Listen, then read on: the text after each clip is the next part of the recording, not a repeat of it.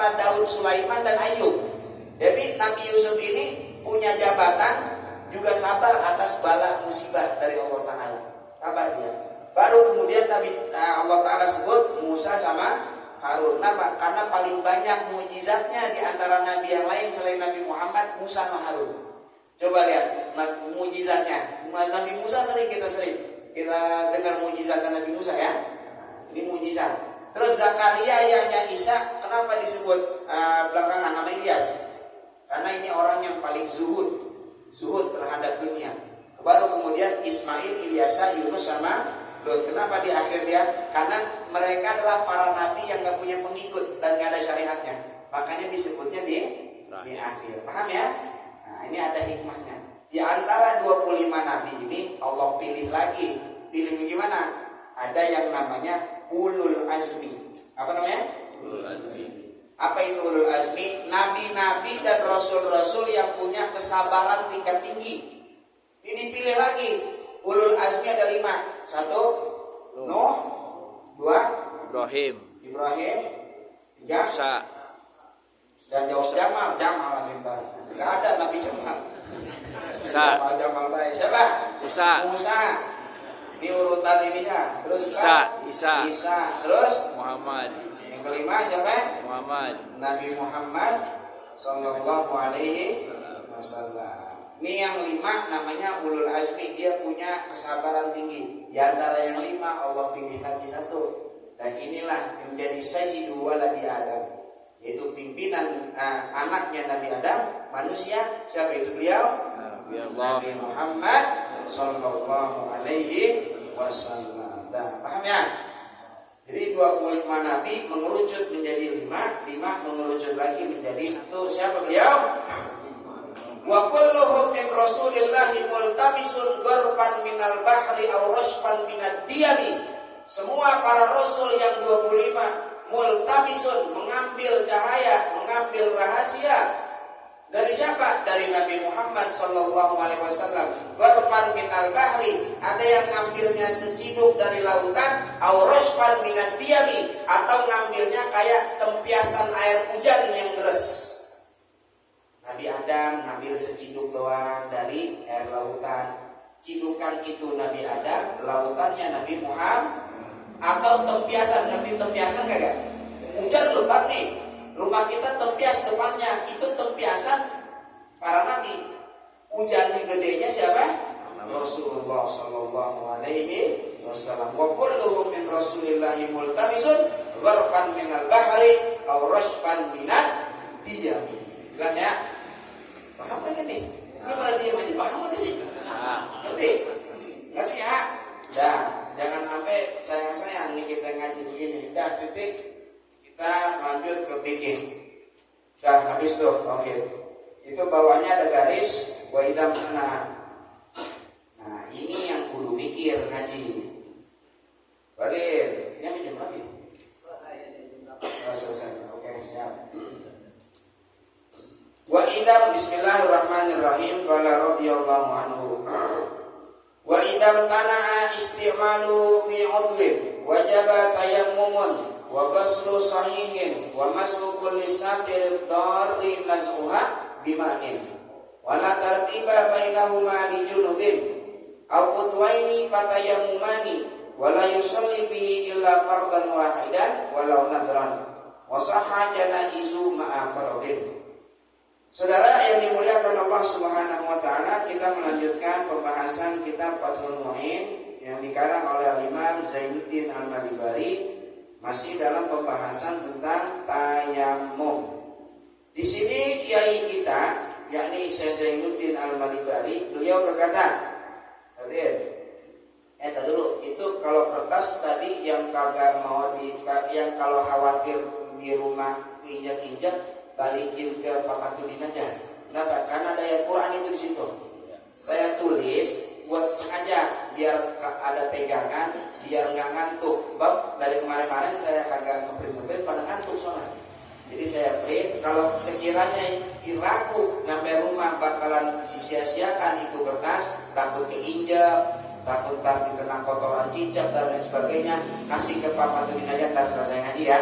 Karena di situ ada ayat Quran, ya surat Al-An'am ayat 83 sampai 86. Kasih lagi. Tapi kalau sekiranya aman, bawa pulang ke rumah. Jangan dijadiin kertas gorengan. Jadi kertas gorengan lagi jangan, ya simpan ayat Quran itu. Nah, lanjut lagi. Wa idam tana'a jika tercegah apa isti'maluhu menggunakan air bi'udwin di dalam satu anggota wudu yang wajib, anggota wudu yang wajib atau anggota mandi mah semuanya. Wajib tayamumun maka wajib satu kali tayamum. Wa ghuslu sahihin dan wajib membasuh yang sehat. Wa mashu kulli satirid dharri nasmuha bima'in dan wajib mengusap seluruh area permukaan perban penutup yang berbahaya bila dicabut. Dengan apa ghusl? Bima'in dengan air. Wala tartiba bainahuma li junubin dan tidak ada tartib antara mengusap dan tayamum li junubin bagi orang yang junub. Dengerin. Nah, sekarang waktunya dengerin. Ntar waktunya baca lagi. Ini agak sulit. Kalau nggak diperhatiin nggak bisa. Jangan tidur. Kalau ngantuk seduh kopi. Ada kopi di sini? Hah? Ada. Mana yatimul wajib ila bihi fahuwa wajib ini. Ini kalau memahami ilmu agama itu wajib. Apalagi yang begini nih, fardu ain, wajib. Kayaknya tapi kurang tapi sempurna kalau kita kagak ngopi ini. Pala plong-plongan, dengerin guru ini tadi, guru apaan sih? Yang buat bukan ngopi ini, maka ngopi hukumnya wajib. Mala yatimul wajib illa bihi fahuwa wajib. Nah, ini udah ada anuan. Ini sholat kan perkara wajib, ya. Sholat perkara wajib nggak? Wajib. Gak sempurna sholat kecuali pakai wudhu. Maka wudhu hukumnya apa? Wajib. Ini ilmu agama kan wajib kita pelajarin, ya nggak? Gak sempurna kita memahaminya puyeng kepala kita kalau nggak ngopi. Maka ngopi hukumnya apa? Wajib. Lagi pesan? Iya, atau lagi sama ngerokok dah. Lagi apa bro? Gak bercanda. Dengerin ya, dengerin. Dah, gini. Ada orang punya luka. Ini sekarang kita ngomongin luka. Ada orang punya luka, yang mana luka tersebut ditutup oleh perban. Luka tersebut adanya di anggota wudu yang wajib dibasuh. Ingat, yang wajib dibasuh. Kuping wajib dibasuh nggak? Kuping? Nggak masuk. Kalau ada luka di kuping, perban segede apapun, nggak masuk pembahasan ini. Muka wajib dibasuh nggak? Wajib. Nah, masuk. Tangan wajib dibasuh nggak? Wajib, masuk. Leher? Nggak. Berarti kalau di sini ada perban, nggak masuk bagian di sini. Ada luka di tangan, sehingga dia perban. Kalau dicopot bahaya nih Ustadz kalau dicopot nih. Emang apa? Bisa lama sembuhnya. Atau makin sakit saya kalau pakai dibuka. Ya udah nggak apa-apa. Ente pakai perban. Tapi kewajiban bagi orang yang bersuci saat dia punya luka pada anggota yang wajib dibasuh saat wudu ada 3. Apa kewajiban ada berapa? Ada 3. Satu, yang pertama, wajib bagi dia membasuh dengan air seluruh anggota yang masih sehat. Contohnya dia punya luka di mana? Di ini nih, di mana? Di kaki Bang. Ini nih tuh. Tangannya kena luka umpama ditutupin tuh pakai pembantu misalnya begini nih. Ini kan wajib dibasuh nih satu tuh nih, ya enggak?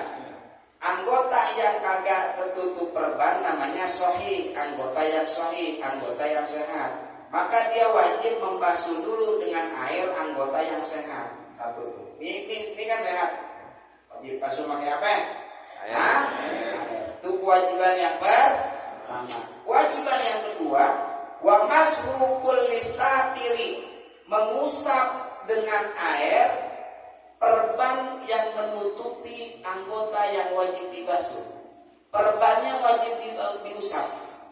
pakai air, basahnya pakai air. Wajib diusap. Ini kewajiban yang keberapa? 2. Yang kedua. Yang ketiga, tayammumun. Wajib dia bertayamum. Kok wajib bertayamum? Kenapa? Untuk menggantikan kulit yang tidak kena air yang ada di bawah perban. Kan kagak kena air ya? Maka cara gantinya wajib tayamum. Paham nggak nih sampai sini? Kalau dalam wudu ada tertib. Tertib ngerti nggak? Dari muka kemana? Nah, dari tangan kemana? Pala. Dari pala kemana? Kaki. Boleh nggak? Muka, kaki, pala, tangan? Kagak boleh. Muka udah selesai, maka baru ke tangan. Udah beres dibasuh, langsung ke pala. Udah beres diusap, langsung ke kaki. Contoh, dia punya luka di tangan yang kayak tadi tuh.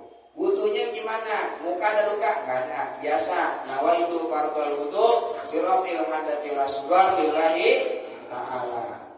Basuh tangan. Kanan nggak ada luka. Basuh 3 kali. Kiri luka tadi di jari tengah ditutup perban. Maka kewajibannya apa tadi yang pertama? Membasuh anggota yang masih sehat dibasuh pakai air. Udah kelar basuh yang sehat, yang kedua ngapain? Mengusap perban yang menutupi anggota yang wajib dibasuh. Pakai apa mengusapnya? Air. Usap. Pakai air, basahin aja. Yang ketiga wajibnya ngapain? Dia nggak boleh ke kepala. Kenapa? Karena tangan belum selesai. Kan di dalam wudu wajib apa tadi? Tertib. Tangan belum kelar ente. Maka wajib tayamum dulu. Nah, kalau punya cincin tayamum lepas ya. Nah, mau bacan ke, mau masakan ke, apalagi masakan. Bacan aja lepas, bagi masakan. Ada kayak punya masakan? Nanti. Pak, maaf ya. Nanti kalau nih, gini. Tayamum. Dia udah tangan nih, udah basuh yang sehat. Ngusap. Maka nggak boleh ke kepala. Ambil debu tayamum. Nawaitu tayammuma istibahati fardhu shalat lillahi ta'ala. Niat itu. Ambil lagi. Ini kemudian nih. Iya, debu tapi ada debu ini. Tangan. Walaupun berair tadi ya, kalau mau enak dilapin dulu, baru kemudian kita tayamum ini buat apa? Untuk gantiin anggota yang gak kebasuh sama air nih yang di bawah sini nih. Maka setelah kita tayamum, taruh debunya, balik lagi ke keran, ngapain? Wudu lagi. Wudunya tadi udah mana? Habis tangan apa? Maka lanjut wudu ke kepala, baru ke kaki. Pertanyaannya, begitu nggak orang kalau punya perban?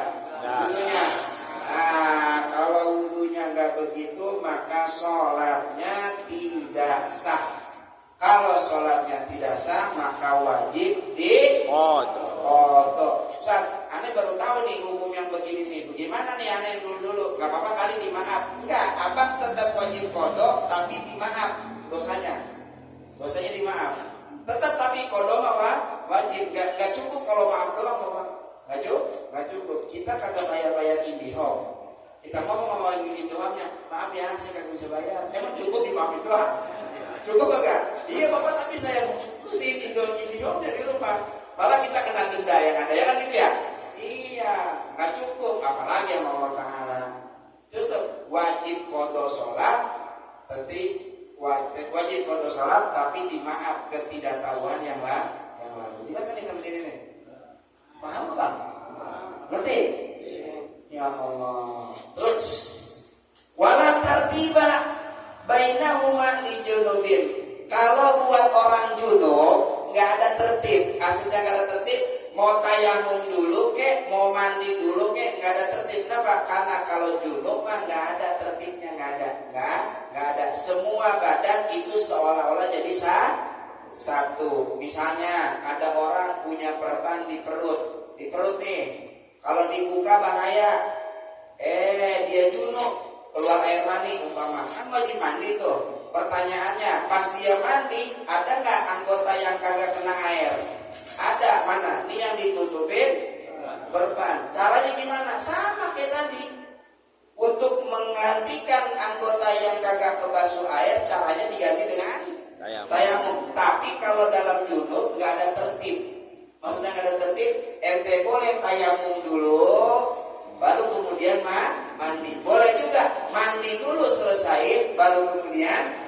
Kok boleh? Kenapa? Karena junub tidak ada rukun tertib. Beda dengan wudu. Paham nggak? Ya ahlan wasahlan. Kopai. Kopi, bener-bener kopi nih Pak RW. Gimana kita ngerokok aja? Makasih. Ya. Oke susu. Cuma 5 katanya, yang lain ya udah dikit lagi deh ya. Sabar aja. Jangan ngeremehin tukang kopi, saudara. Kadang-kadang tukang kopi ini bisa jadi ntar yang lebih alim dari antum-antum yang pada ngaji. Habib Ali bin Syihab itu beliau muridnya Habib Abdurrahman Al-Masyhur yang punya kitab Bughyatul Mustarsyidin ya. Beliau itu ngaji sama Habib Abdurrahman Al-Masyhur. Tapi dulu waktu ngaji sama Habib Abdurrahman Al-Masyhur, ini Habib Ali bin Syihab ini gak boleh bawa kitab. Ngapain? Udah tugas dia bikin kopi aja buat orang-orang yang pada ngaji. Satu hari Habib Ali bawa kitab, dia gak bikin kopi. Jawabin nama Habib Abdurrahman Al-Masyhur. Ngapain ente yang ngaji? Kalau bikin kopi. Padahal ane berharap dengan ente nuangin kopi buat para ilmu, semua ilmu yang mereka serap dituangin ke ilmu. Buktinya apa saudara? Habib Abdurrahman Al-Masyhur meninggal dunia, murid yang jadi cuma Habib Ali bin Syihab. Tukang bikin kopinya Habib Abdurrahman. Jadi yang lain pada yang tadi bikin kopi jadi kiai bukan. Sampai namanya itu Pak RW. Mahal ya? Nah, itu nggak ada tertib bagi orang junub. Kalau junub nggak ada tertib, tapi kalau wudu wajib tertib. Au wudu'aini fatayamumani. Awas. Ini kalau kagak paham nahu, ngartiinnya pasti melenceng. Atau 2 anggota tubuh maka 2 wajib tayamum. Apa ini maksudnya? Kita begini, kitab aja susah bacanya, apalagi nafsirin Quran. Jangan sembarangan kita nafsirin Al-Quran, apalagi hadis juga. Gak bisa kita sembarangan. Orang sekarang begitu sih, udah hafal sekali 1 hadis 2 hadis langsung ngejat orang aja. Itu juga ngapal 2 hadis dari kalender, saudara. Kalender kadang-kadang ada tuh hadisnya dia. Ada dia apa sama dia? Nyalahin kiai yang ngajinya udah 20 tahun. Ngaji udah 20 tahun disalahin sama dia. Ya Allah, maulid kagak ada dalilnya. Bid'ah mulu ah. Udah begini udah masih bid'ah mulu udah masih bid'ah mulu. Gini contohnya saudara. Nabi bilang, "Muru auladakum bis-shalah wa hum abna'u sab'in."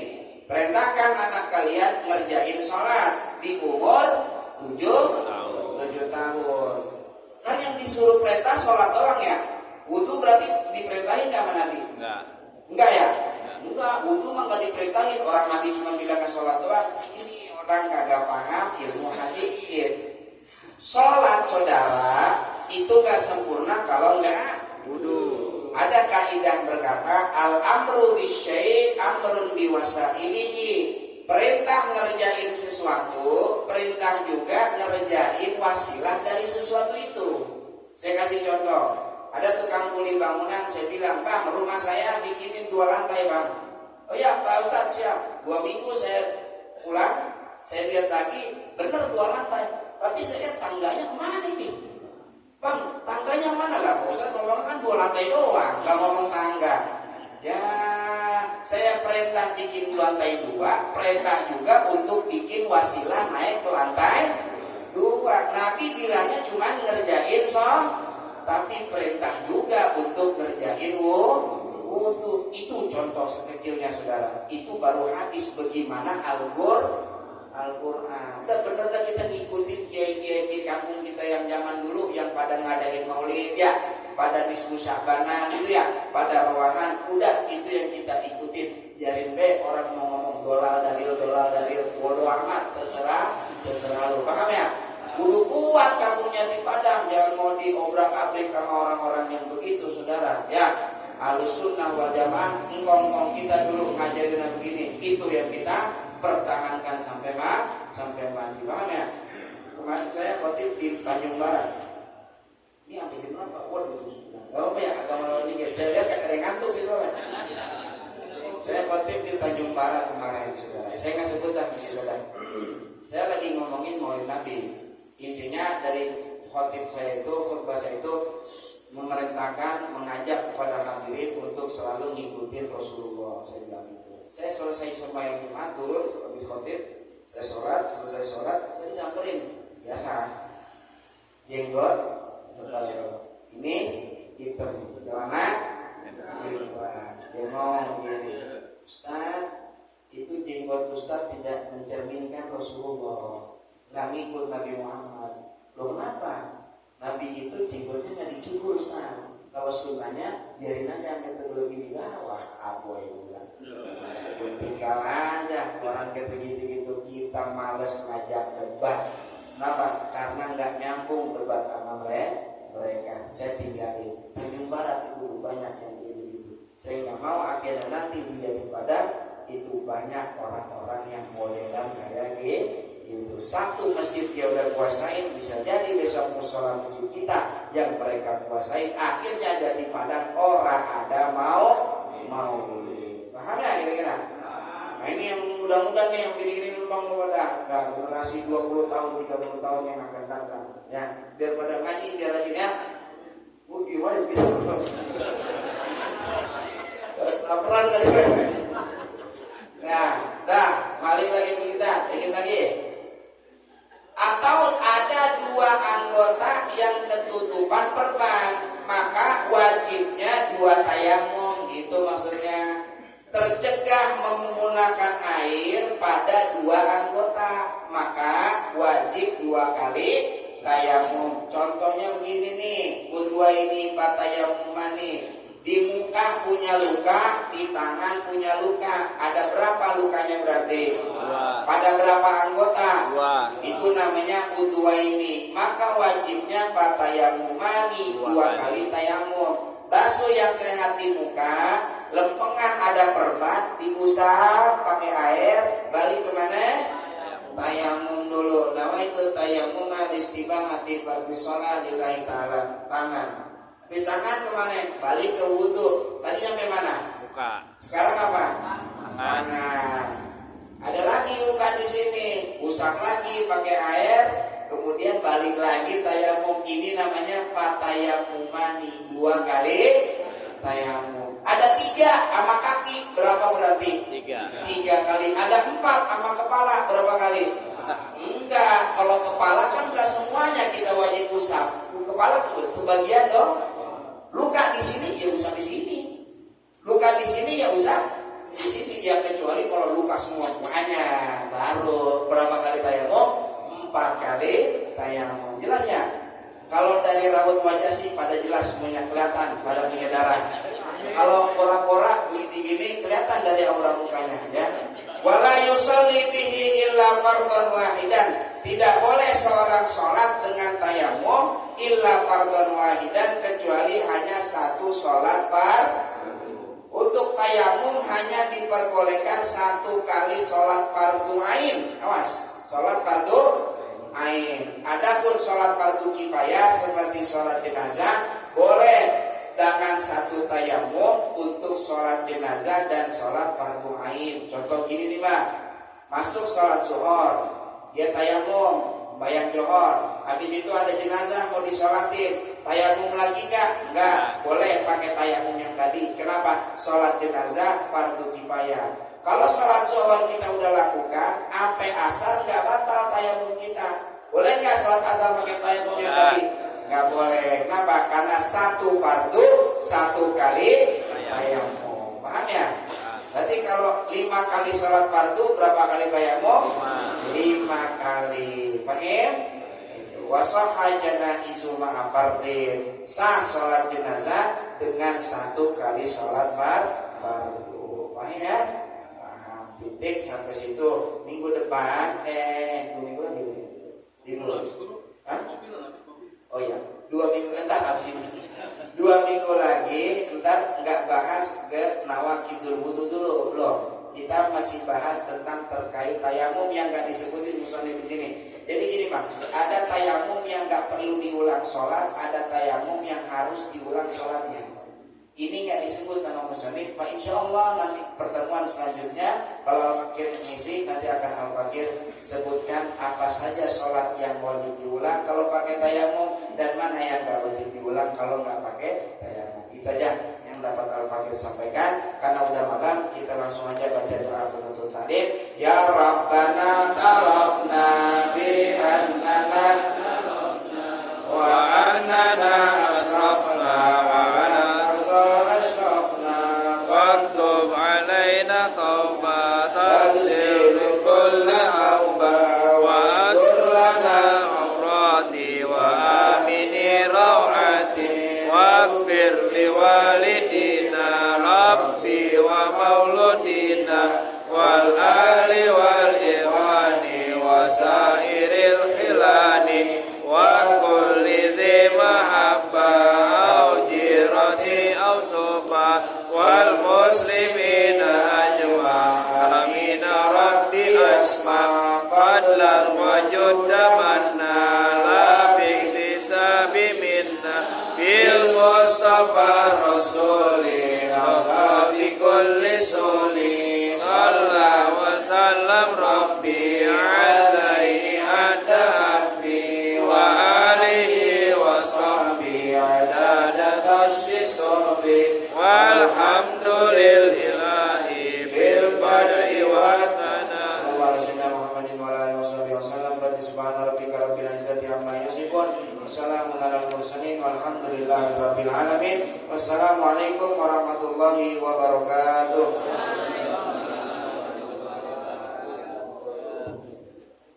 Terima kasih kepada guru kita.